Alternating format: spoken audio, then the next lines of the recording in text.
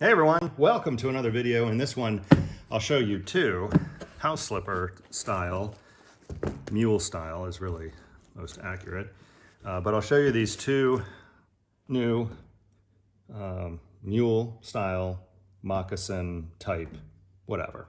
I don't even know what they're called, but I'll show them to you up close. Stay tuned.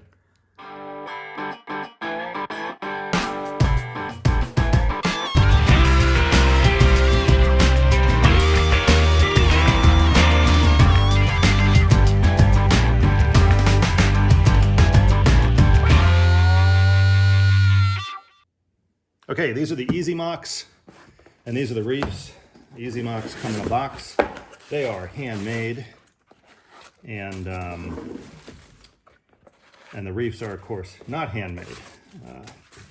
These have a pretty big social media presence, these Easy Mocs. Let me see if I can get them both in the right spot there.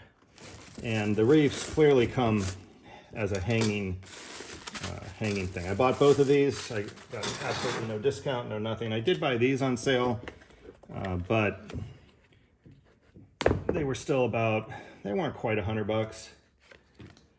These puppies are $230, I think. I can't remember. I waited so long for them, I can't remember what they cost.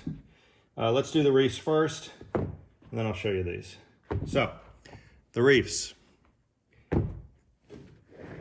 They are a cork bed, and when I saw them online, I thought that the cork bed was similar to Birkenstocks, because that's what it looks like, but they are way more cushy. I don't know if you can see me push it there with my thumbs, but they are super cushy.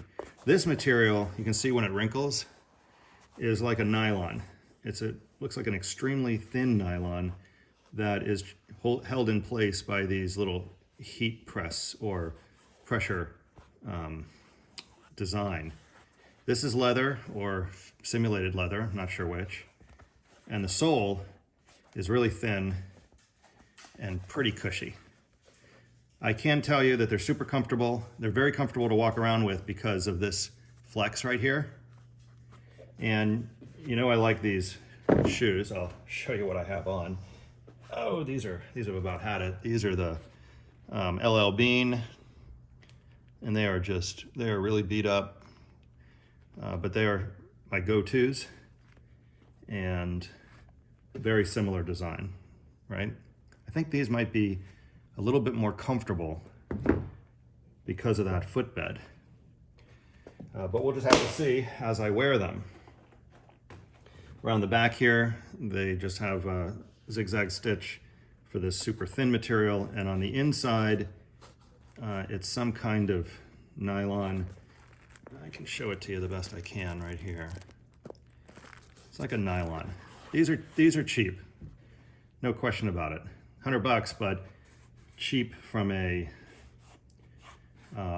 construction and material perspective. Definitely mass produced. How much packing is in there? Interesting thing about the sole, so as I drag my finger across here, this is like a felt finish, and then it gets tacky, and then this super smooth felt again, and then tacky. I'm sure this will wear off, probably first couple times you wear it, but it is interesting that you've got a traction bed here and a traction bed here, and the rest of this is like a velvety, super smooth actually, and it's just sprayed on there in some way. It doesn't wrap around the edge. Not sure what the purpose of that is. All right, that's the Reefs. Now, let's take a look at the Easy Mocs. So, these are handmade, and I'm not sure exactly where they're made, but it is in the US. They have a Vibram sole, which is a brand that is some kind of cushion. There's some significance in this sole. This is very grippy, lots of traction on the sole. It's a bunch of little stars, if you can't really see it. Kind of an interesting thing. This is stitched, obviously. It is leather. This color is called Honey. And I had these custom made. Originally, these came with either a buckle or like a bar right here. And I wanted them just flat front. They'll do anything you want because they make each one of them custom.